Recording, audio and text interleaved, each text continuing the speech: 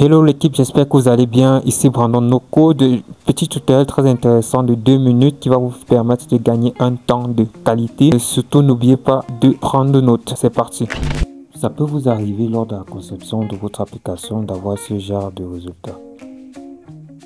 Ouais, là on a beaucoup de virgules, on a beaucoup de chiffres après la virgule et c'est parfois désagréable.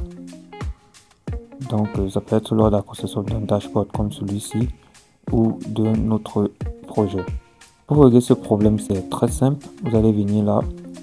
Si on revient ici, vous allez vous rendre compte que là, j'ai appelé une fonction pour effectuer le pourcentage, calcul de pourcentage. Et le résultat me parvient sous forme de double. OK. Dans ce cas, nous avons deux options. Soit nous pouvons directement venir dans Formatting, sélectionner l'option pourcentage.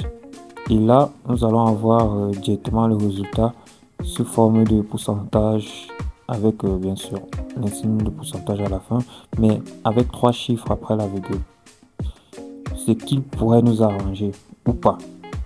Le deuxième cas de figure ici, c'est de venir là en bas dans Custom.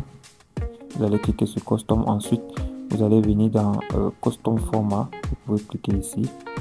Et il y a cette page ici qui va s'ouvrir où on vous explique comment vous pouvez utiliser un formatage spécifique. Donc si on vient ici par exemple, vous allez voir en compte que en utilisant ce format-ci, vous allez avoir pratiquement 2 chiffres après la virgule. Donc nous, si on veut, comme on veut 2 chiffres après la virgule, on va juste venir copier ça et revenir ici, coller ça. Voilà. Et une fois que vous allez enregistrer, vous allez avoir un format pareil, donc à 2 chiffres après la virgule. Et si vous voulez moins de 2 chiffres après la virgule, voilà, vous allez supprimer 0, vous allez avoir un chiffre après la virgule. Vous n'aurez qu'à enregistrer et venir faire un combine texte, puis rajouter derrière tout cela l'insigne pourcentage. Et lorsque vous allez tester, vous allez avoir un résultat beaucoup plus agréable à voir. Si nous effectuons un test de nouveau, voilà, on a juste un chiffre après la virgule avec un calcul exact et précis.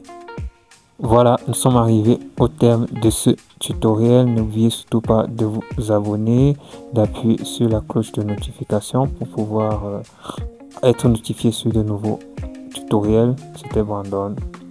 Ciao.